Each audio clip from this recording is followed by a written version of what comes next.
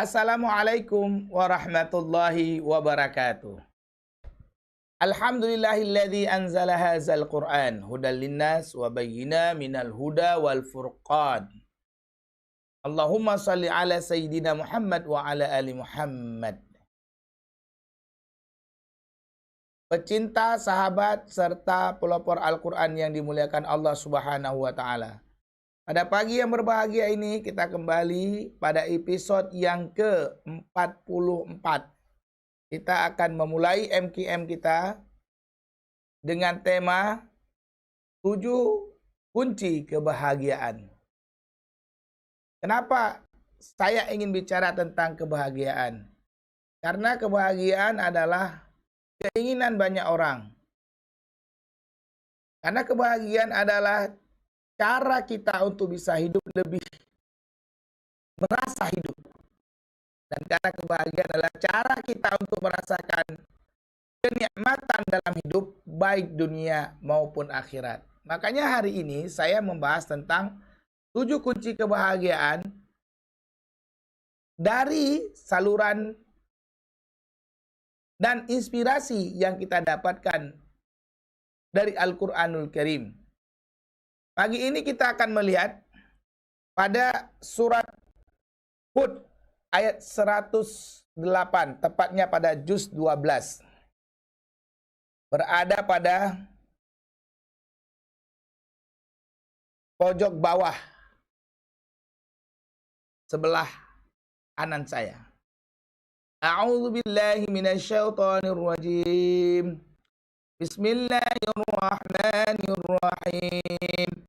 Wa ammal ladzina su'idu fa fil jannati khalidina fiha ma damatis samawati wal ardh. Ma damatis samawati wal ardu illa ma syaa rabbuk ata'an ghaira majdhudh. Shadaqallahul azim wa sadaqal mursalin. Aku berlindung kepada Allah dari godaan syaitan yang terkutuk dengan menyebut nama Allah yang Maha Pengasih lagi Maha Penyayang. Surat Hud ayat 108 tepat pada juz 12 berada pada posisi pojok bawah kanan. Wa ammal ladzina su'idu, dan adapun orang-orang yang berbahagia. Jadi dampak dari kebahagiaan su'idu, apa dari dampak kebahagiaan? Fafil jannati, maka berada di dalam surga. Khalidina, orang-orang di dalamnya kekal. Fiha, ya. Khalidina fiha, orang-orang kekal di dalamnya. Jadi, Allah menyampaikan wa ammal ladzina su'idu, dan adapun orang-orang yang berbahagia fafil jannati khalidina fiha, maka berada di dalam surga, orang-orang kekal di dalamnya.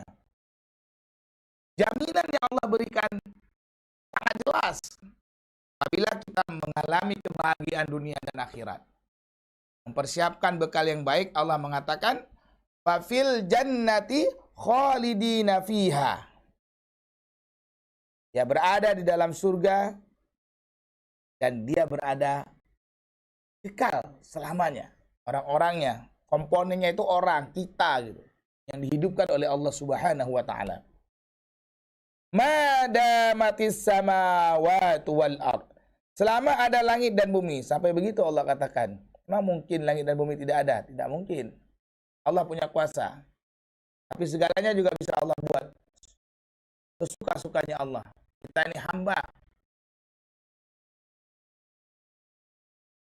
Illa masya'a rabbuk, kecuali apa yang Tuhan kehendaki. Atau ataan, sebagai karunia ghaira majdud, yang tidak putus-putusnya. Jadi kalau Allah Subhanahu wa taala memberikan kita pahala, Allah memberikan kita kebaikan, itu dia mengalir gak akan putus-putus. Makanya sering digambarkan seperti sungai air yang mengalir. Dari surat Hud ayat 108, tepatnya pada juz 12, berada posisi ayat pada pojok kanan bawah. Pojok kanan bawah. Di sini menjadikan kita setelah membaca ayat ini, maka adanya motivasi-motivasi yang lebih mendalam. Bangkitnya semangat kita untuk mencari kebahagiaan. Kenapa? Karena akhir dari kebahagiaan adalah wa ammal ladzina su'idu fa fil jannati khalidina fiha ma damatis samawati wal ardu illa ma syaa rabbuk ata'an ghaira majdud. Jelas sekali apa yang kita dapatkan dari sebuah kebahagiaan yang kita ingin cari. Nah, oleh karena itu kita akan lihat dulu awal kata. Kebahagiaan itu awal katanya adalah sa'ida yas'adu sa'adatan. Artinya kebahagiaan, happiness. Ya, happiness. Bahagia. Kalau begitu, pecinta, sahabat, serta pelopor Al-Quran yang dimuliakan Allah, apa saja yang membuat orang ingin bahagia? Satu, ingin hidup tenang. Kalau hidup sudah tenang, maka kebahagiaan itu akan didapatkan.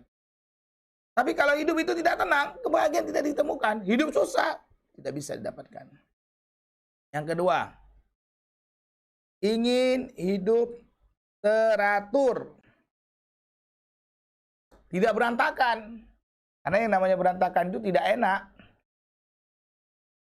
Apalagi kalau kita sudah lihat surat Hud ayat 108 ini, motivasi luar biasa. Dan Allah Subhanahu wa taala tidak pernah melanggar janji. Kita lah yang sering melanggar janji dengan Allah Subhanahu wa taala. Nah, yang ketiga adalah tadi hidup tenang, hidup teratur ya. Ingin hidup teratur. Yang ketiga adalah apa yang membuat orang ingin bahagia? Adanya kehidupan yang terasa hidup. Nah, gimana ini? Di hidup itu dia terasa hidup. Ada orang hidup tapi dia tidak merasa hidup. Nggak menemukan kehidupan itu. Kemudian apa lagi? Kenapa kita pengen kebahagiaan? Karena keinginan itu yang membuat orang pengen bahagia adalah selanjutnya karena membutuhkan kedamaian. Kedamaian jiwa, kedamaian lingkungan, kedamaian bermasyarakat, kedamaian bernegara. Jadi bahasa saya adalah kalau Anda ingin mendapatkan surga, pecinta, sahabat, serta pelopor Al-Quran, maka yang harus Anda lakukan adalah Anda sesegera mungkin menemukan yang namanya kebahagiaan. Nah, konsekuensi dari mendapatkan kebahagiaan, Allah menyampaikan dalam surat Hud ayat 108 adalah fafil jannati khalidina fiha. Itu luar biasa. Maka dia berada di dalam surga. Orang-orang di dalamnya kekal. Artinya tidak ada mati lagi, abadi. Fiha abadan, kadang-kadang. Ya. Di ayat lain itu fiha abadan, khalidina fiha. Kekal dia. Itu yang kita cari. Kemudian apa saja kalau begitu? Tadi keinginan ya. Keinginan apa yang membuat orang ingin bahagia?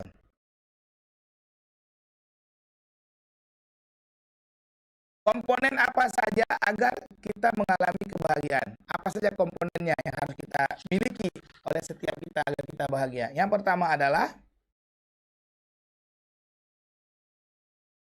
memiliki pikiran yang sehat. Jadi pikiran yang sehat dibutuhkan sebagai komponen awal dalam membentuk kebahagiaan. Yang kedua adalah memiliki jiwa yang sehat. Dan yang ketiga adalah memiliki fisik yang sehat. 3 komponen utama ini, pikiran, jiwa, dan fisik, ini sangat dibutuhkan agar kebahagiaan itu bisa segera didapatkan oleh setiap kita. Itu komponen-komponennya. Jadi bagaimana ini Abi, kalau seandainya jiwa kami tidak sehat, berarti Anda belum menemukan kebahagiaan. Karena melawan unsur daripada unsur keteraturan, kedamaian, serta ketenangan. Nggak dapat bahagia. Karena unsur bahagia itu adalah ketenangan, kedamaian, keteraturan. Baru dia lahir bahagia itu. Makanya pikirannya harus tenang, jiwanya harus sehat, kemudian cara kerjanya juga harus teratur. Jadi yang berantakan sulit mendapatkan kebahagiaan. Kenapa? Karena Allah Subhanahu wa taala juga menciptakan semua alam ini teratur. Semua beredar pada posisinya masing-masing. Kemudian, hambatan apa saja yang menyulitkan kita untuk bahagia? Nah, apa saja nih hambatannya? 1, tidak pengen teratur dalam kehidupan. Suka berantakan dalam mengerjakan sesuatu. Yang kedua ya. Yang ketiga adalah tidak adanya kejelasan dalam mengarungi kehidupan. Kadang-kadang banyak juga orang itu ya, dia hidup tapi dia tidak merasakan dia hidup. Ya udahlah, hidup aja lah, mau beginilah nasibku. Ya, tidak susah menemukan kebahagiaan. Karena kata Nabi, kebahagiaan itu ada di sini nih. Di sini kebahagiaan. Makanya ada ayat misalnya, "Famay yuridillahu ayyahdiyahu yasrah sadrahu lil Islam." Barang siapa yang ingin mendapatkan hidayah dari Allah, maka Allah lapangkan dadanya. Jadi tenangan yang lahir. Jadi kelapangan dada itu akan melahirkan ketenangan. Nah, dari ketenangan ini baru melahirkan energi. Jadi energi itu tidak bisa datang kalau kita tidak tenang. Ya tenang ya, baru keluar tuh energi. Baru keluarlah sifat-sifat positif, sikap-sikap positif, gerakan-gerakan positif yang akan mewarnai dari setiap tindakan kita.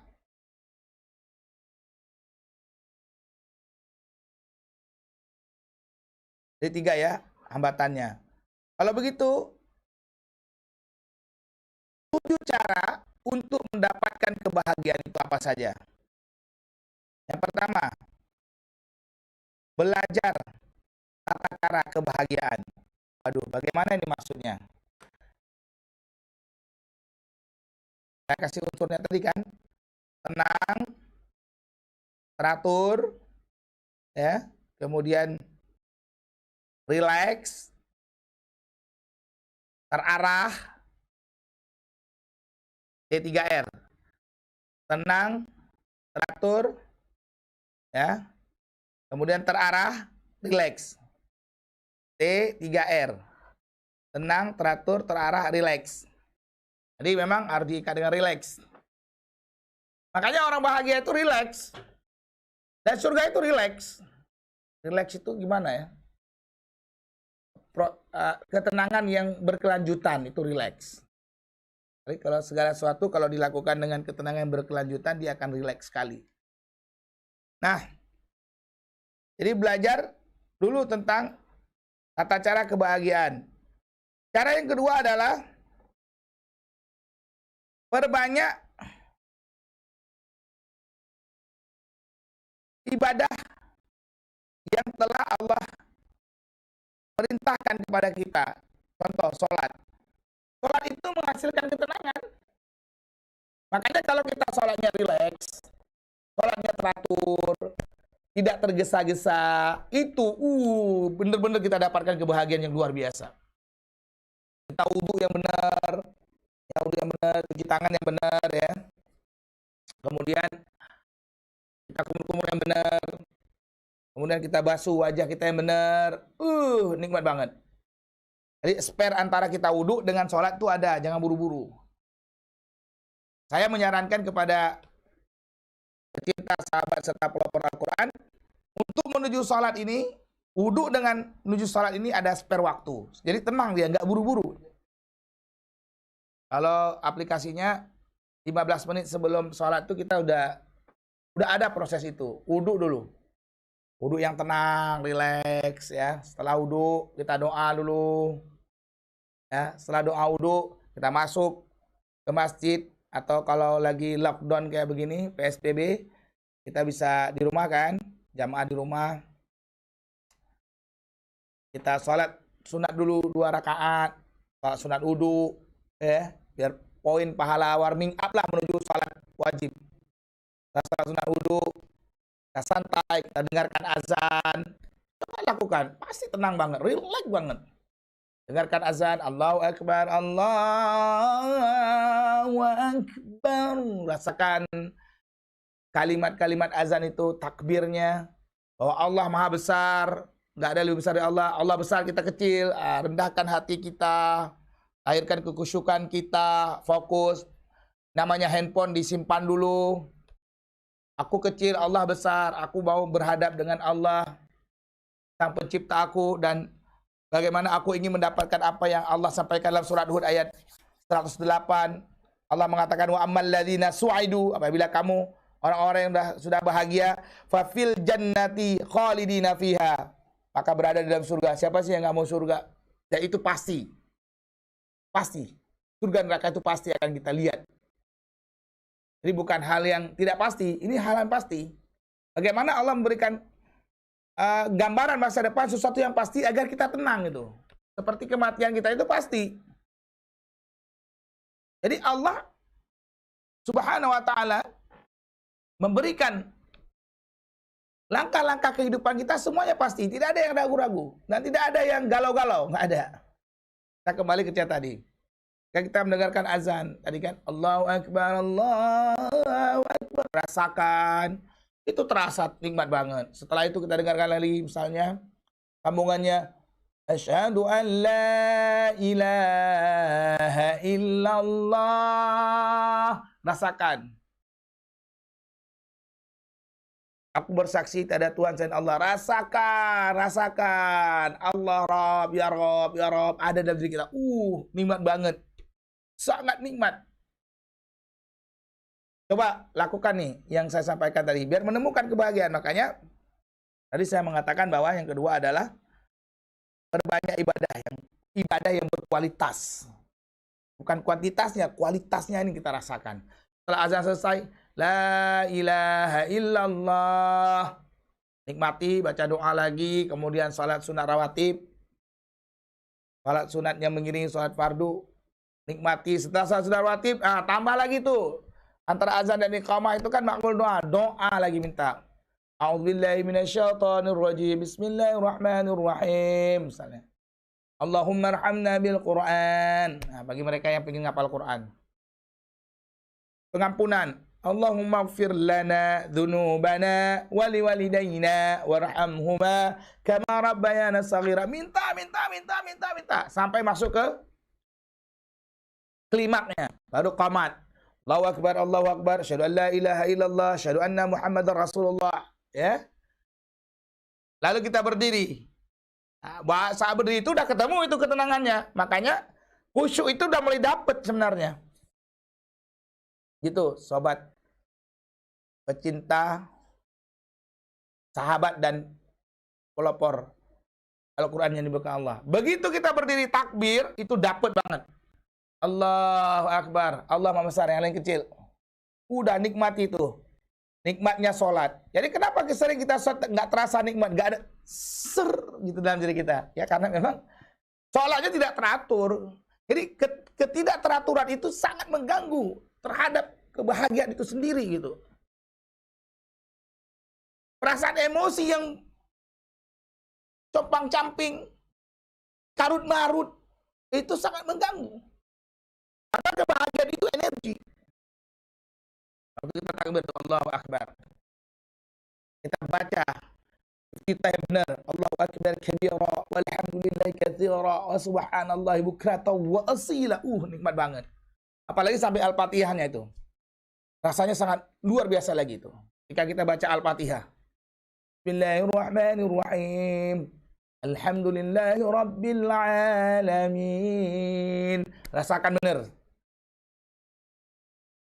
Segala puji bagi Engkau ya Allah, Tuhan seluruh sekalian alam. Kita kecil, Allah besar. Nikmat banget.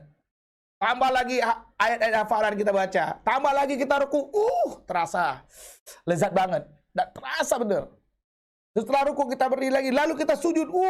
Sujud itu lebih ketemu lagi. Subhana rabbiyal a'la. Maksudnya Allah Engkau yang maha tinggi. Engkau tinggi, aku rendah. Coba Anda lihat kalau kita sujud tuh. Kepala dengan pantat. Lebih tinggi pantat. Kepala yang kita rasa begitu terhormat. Saat sujud dia harus diikhlaskan. Lebih rendah daripada pantat kita. Ada apa di situ? Ada penghambaan yang nikmat.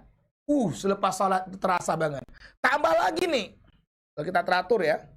Tambah zikir. Astaghfirullah Rabbal baraya. Astaghfirullah minal khataya. Kenapa kita habis salat disuruh berzikir? Karena bisa jadi apa yang kita lakukan saat tadi masih melayang-layang kan? Jadi penghambaan kita tuh tinggi banget. Tambah lagi subhanallah. Takbir, tahmid, tahlil, tasbih, rasanya banget. Tambah doa lagi. Disempurnakan dengan salawatan. Nikmat. Coba ngerasain. Coba ngerasain itu yang saya bilang tadi. Setiap salat menemukan kebahagiaan. Satu titik kebahagiaan tertancap dan tertanam dalam diri kita. Tiap hari kita kumpulkan poin-poin kebahagiaan nih. Udah kita tenang. Udah tenang. Kalau udah tenang energi dapat. Nah itu makanya kenapa harus ibadah ini menjadi penting sekali. Yang ketiga adalah ketika kita menemukan banyak energi kebahagiaan dari sholat, maka cari energi lain lagi. Sehingga stop daripada yang namanya energi kebahagiaan kita tuh nggak habis-habis. Di mana dia duduknya? Ya, yang ketiga ada pada baca Quran, tilawatul Quran. Tilawatul Quran tartila. Saya selalu menyampaikan ini. Coba aja ngaji. Saya kasih tahu fenomena orang ngaji. Kalau dia baru ya pemula ya, baru bisa ngaji, biasanya satu halaman itu berat banget. Berat banget. Ya udah satu halaman berat banget. Ntar kalau dia ada 2 halaman, udah lagi terasa agak enak. Kalau dia bisa ngaji 1 juz per hari, itu terasa jiwanya beda banget. Beda banget. Beda. Sangat beda. Makanya kita harus melatih. Setiap hari itu bisa menambah nggak usah bicara hafalan dulu ya. Halaman-halaman pengajian kita. Dan setiap hari kita berusaha untuk membuat planning khatam Al-Quran. Nggak bisa 3 kali sehari, bisa seminggu sekali. Nggak bisa seminggu sekali, bisa 10 hari sekali. Nggak bisa 10 hari sekali, kita bisa buat 1 bulan 1 kali. Nggak bisa 1 bulan 1 tahun 1 kali juga boleh. Itu kualitas nikmatnya beda-beda. Tilawatul Quran. Tidak cukup dengan tilawatul Quran. Nambah lagi nih, biar lebih lezat lagi. Apa itu? Baca artinya. Terasa bener. Apa yang terasa? Kenikmatan dalam mengarungi setiap kalamullah. Makanya kenapa orang sulit menghafal Al-Quran? Karena dia tidak merasakan dan menghayati secara mendalam setiap kalamullah itu. Maka sulit duduk gitu. Kita belajar kemarin tentang bagaimana menggendong anak kecil misalnya. Kita lihat isi sayang gendong anak kecil itu dengan kasih sayang yang tinggi, dia peluk dengan baik. Anak itu langsung lengket gitu. Saya latihan juga gendong anak kecil. Begitu saya gendong si bayi, sedikit kasar, dia langsung nolak. Padahal dia tidak ngerti kan. Tapi ada apa di situ? Karena dia butuh kebahagiaan dan kasih sayang. Lalu saya latih lagi, ketika saya latih agak gendongnya agak lebih pelan, sentuhannya lebih halus, kita taruh pada badan kita ya. Kita ya gosok-gosok dia lengket juga dia. Rupanya kebahagiaan itu halus banget. Makanya kita harus bangun itu adalah sekarang membangun namanya gudang-gudang kebahagiaan. Jadi harus ada bank kebahagiaan.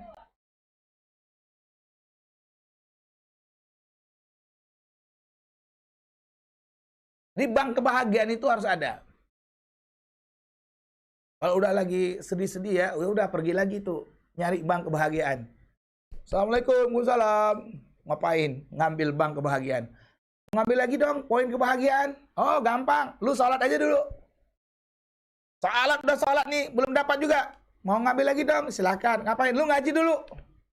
Nggak mempan ngaji, apalagi nih? Nah, kita kasih lagi nih. Yang keempat, setelah Al-Quran tadi ya. Perbanyak zikir. Ala bidzikrillahi tatmainul qulub. Zikir ini macam ada zikir. Ada zikir Allahu Akbar.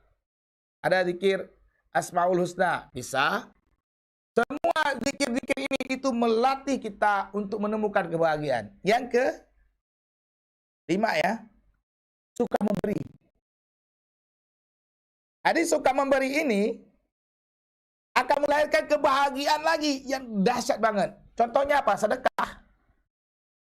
Jadi salah satu penghambat penghafal Al-Quran itu karena dia malas bersedekah. Salah satu penghambat orang nggak bisa kaya karena dia malas sedekah, malas infak, malas bayar zakat. Jadi kalau nggak bayar zakat sesak itu dadanya, nggak tenang jiwanya, gundah. Makanya jiwa sedekah itu perlu dibangun. Suka memberi, give, beri senyum, bantu orang makan, bantu teman-teman kita yang sedang kena COVID-19 ini. Bantu ide, bantu uang, bantu tenaga. Itu harus dilakukan. Karena itu adalah salah satu penghasil daripada produk-produk kebahagiaan. Jadi kalau saya ibaratkan di dada kita ini ada bank ya, ada tempat penyimpanan kebahagiaan. Jadi harus kita tanam terus kebahagiaan itu agar energinya kuat. Nah, kalau sudah terasa nanti ada dampak ya, kita akan lihat dampak dari orang bahagia. Oke, tapi kita lanjutkan lagi tadi. Suka give ya. Give itu suka banget. Kemudian apa lagi? Suka memberi kan? Kemudian suka berbagi. Memberi, membagi, dia suka dia membagi. Bagi ilmu, apa lagi ya? Bagi makanan. Kemudian apa lagi? Yang keenam, suka peduli. Peduli ini mempengaruhi kita. Peduli saudara kita, ya kan? Ketika dia sedih, kita merasa sedih, lalu kita motivasi dia, udah ambil kesedihan, jadikan peluang. Saya ulangi lagi ayat daripada 108 ini, 108 surah ini mengatakan, wa ammal ladzina su'idu fa fil jannati khalidina fiha. Jadi orang-orang bahagia itu fa fil jannati khalidina fiha, maka berada di dalam surga, dia kekal di dalamnya. Itu yang mahal. Jadi apabila kita ingin merasakan surga di akhirat, maka jadikan dunia adalah bahagian dari surga menuju akhirat. Itu dia rumusnya. Kalau kamu sudah merasakan surga di dunia, kamu merasakan surga di akhirat. Nah, surga itu identik dengan kebahagiaan. Nggak mungkin orang masuk surga itu dalam keadaan sesak napas. Atau, aku stres kali lah masuk surga. Nggak mungkin. Jangan dibalik. Nggak mungkin. Nggak mungkin. Tahu nggak kalian? Sekarang dia masuk surga loh mati syahid. Aku stres. Nggak ada. Nggak ada itu. Yang keenam ya. Peduli. Dan yang ketujuh,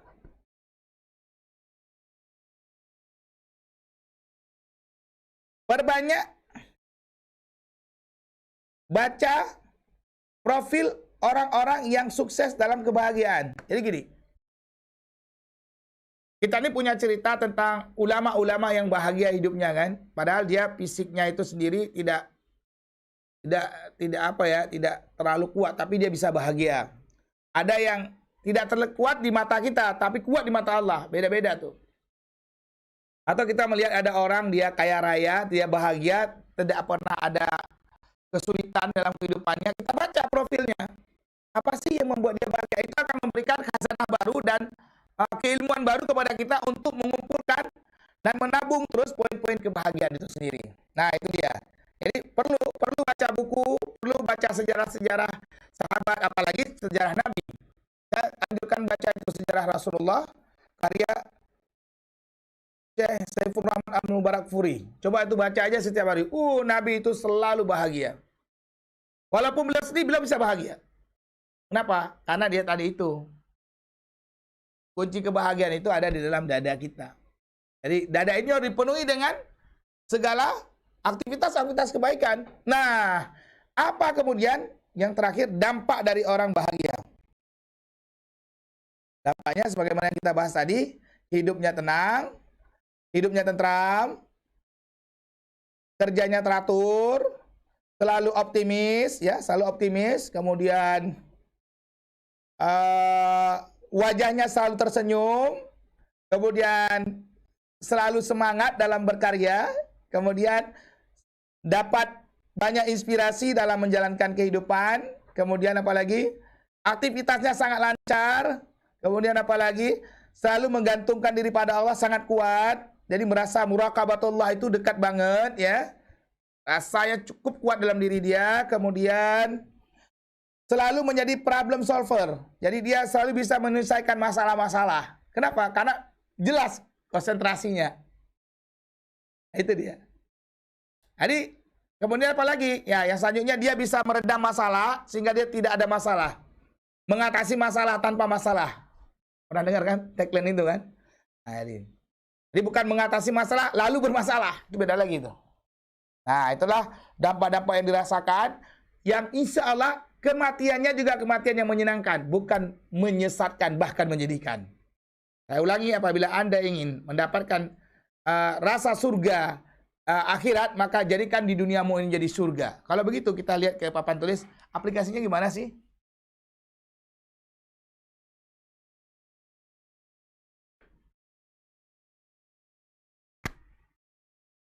Di bahagia itu kita kasih kode BA. Ini bukan barium sulfida ya. BASO4, barium sulfida, bukan. Bahagia. Kodenya bahagia.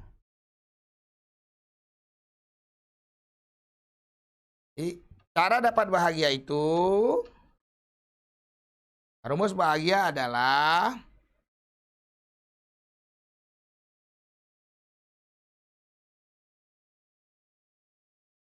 sungguh-sungguh, ya, kali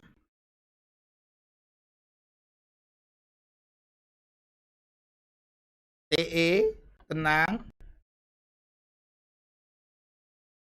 ya, kali relax.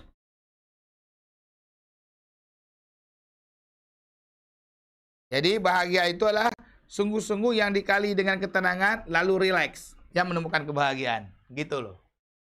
Jadi kalau Anda nggak sungguh-sungguh nggak dapet. Jadi kayak tadi kan saya bilang tentang tema sholat. Kalau sholatnya sungguh-sungguh, dia teratur, tenang, itu kan kumpulannya teratur ya. Teratur, 15 menit ini benar-benar dia gunakan dengan baik ya. Lalu apa? Relax. Jangan sholat panik. Sholat panik itu nggak ketemu. Baca Quran juga relax. Nggak usah kerja target. Karena nggak ada kurikulumnya 2 tahun lu bisa ngapal Quran, setelah itu lu masuk surga. Enggak. Di Quran itu kurikulumnya adalah sampai dengan kematian kita. Jadi menariknya kurikulumnya Allah buat itu sampai akhir hidup kita. Sampai akhir usia kita gitu loh. Terus relax. Jadi hidup itu perlu relax. Karena relax itu untuk mengatur daripada ketenangan kita. Nah oleh karena itu kesimpulan pada pagi yang berbahagia ini, bahwa apabila kita semuanya ingin mendapatkan kebahagiaan, maka latihlah sungguh-sungguh dalam ketenangan yang dilingkari oleh relaksasi. Jadi kalau Anda punya relaksasi yang baik, Anda akan menemukan ketenangan. Dan insya Allah orang-orang yang bahagia ini, Allah mengatakan, wa ammal ladzina su'idu fa fil jannati khalidina fiha ma damatis samawati wal ardu illa ma syaa rabbuk ata'an ghaira majdud. Sebagai karunia yang tidak pernah putus-putus kepada mereka. Kepada Allah saya mohon ampun, kebenaran dari Allah Subhanahu wa taala. Kesalahan itu dari saya sebagai hamba yang dhaif. Subhanakallahumma wa bihamdika asyhadu an la ilaha illa anta astaghfiruka wa atubu ilaika. Wassalamualaikum warahmatullahi wabarakatuh.